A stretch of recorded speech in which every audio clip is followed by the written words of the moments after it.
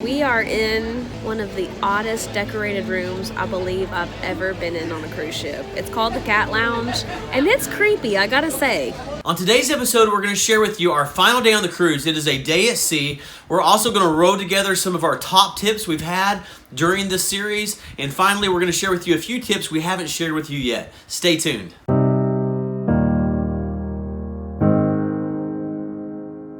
All right, good morning. It is day 5 on our cruise. Yesterday at Cozumel, we had a lot of rain. Some of the guests from the ship were a little down about that, but we had a great time. We had a lot of laughs, a lot of fun. And you know, we've come to find out that a lot of times when things don't go just right and as planned, the rainy days, 5 years down the road, those end up being the times on vacation that you remember the most. So we had a good time. We got back on the ship and had a good, relaxing evening. Now this morning, day 5 is the final day on the cruise, and it is a day at sea. So Kelly and I are just planning to spend a day enjoying the ocean, some time by the poolside. It is an absolutely beautiful day. So we'll share with you some final tips for cruising, and we are excited to spend the day with you.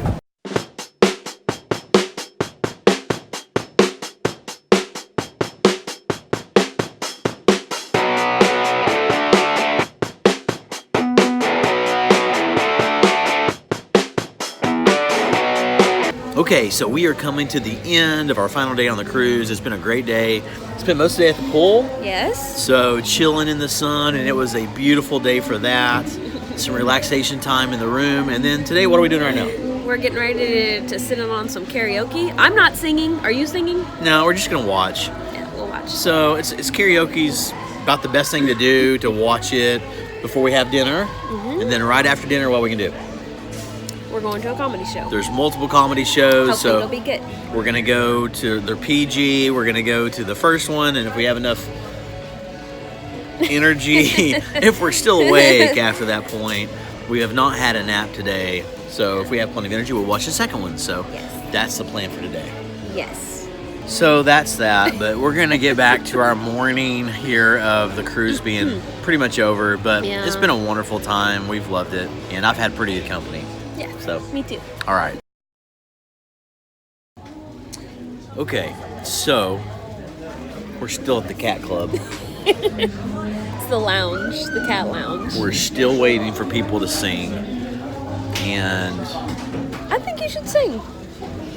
blessed be the time. No. You could be a one-hit wonder. No. You So I've got a sunburn. You got a little sunburn today, didn't you? I look like a red lobster. That's which what is Kelly's- happens when you fall asleep It's Kelly's without favorite. sunscreen. It's Kelly's favorite restaurant.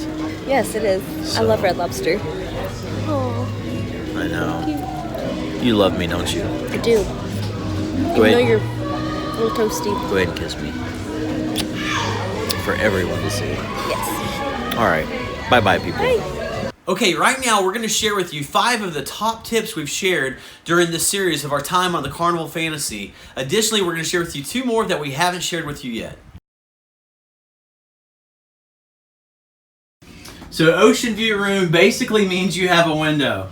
Some of the great benefits of having an ocean view room: one, you just have a lot more lighting. Without that huge window and all the light that brings in, it can be a little bit more dark and gloomy on your room. So that's great. Secondly, when you're out to sea, it's so amazing to be able to look right out your window and you're seeing the ocean. It is like beachfront at its best. It's oceanfront property in reality. So that's awesome. So ocean view room is definitely a plus. We always choose that upgrade if it's available for a very reasonable price, and we would recommend it to you as well. One quick update on the food situation coming into Mobile. We've showed up very early. It is 12:30, but we've been told that lunch is already being served. It'll be served till 3:30, so you can actually save money on your food when you do that. So anyway, that's just a good cruise tip for you. Tip number 3 is it's not a bad idea to pack a swimsuit in your carry-on luggage.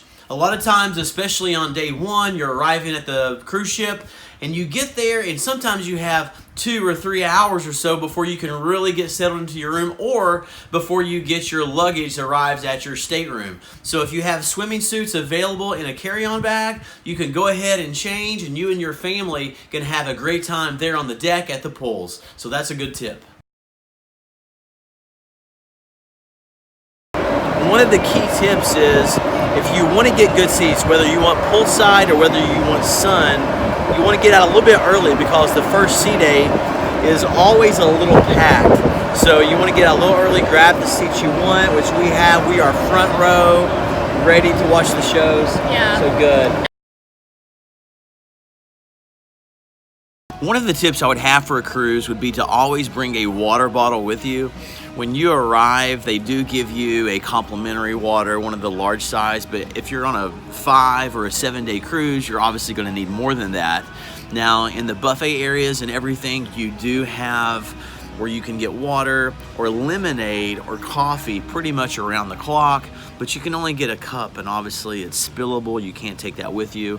But if you have a water bottle, which we always take, you can fill that up. You can get some drink mixes or something and mix that up and have something other than water or lemonade as you go, and you can stay hydrated and always have something with you in a non-spillable container. So definite tip for when you're cruising. Okay, so let's talk excursions real quick. There's 3 different ways that you can get excursions. If you're not used to that term, what we mean is when you go to a port, things that you can do, tours or activities. So 3 ways you can go about that. One is you can get them off of the cruise ship.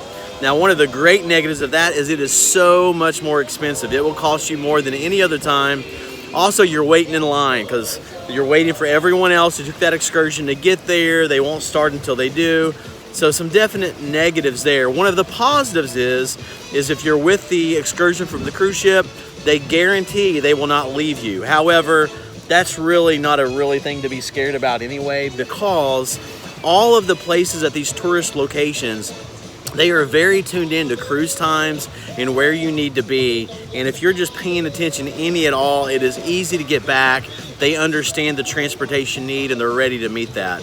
But one way is with the cruises. Another way to get excursions would be once you arrive at a port.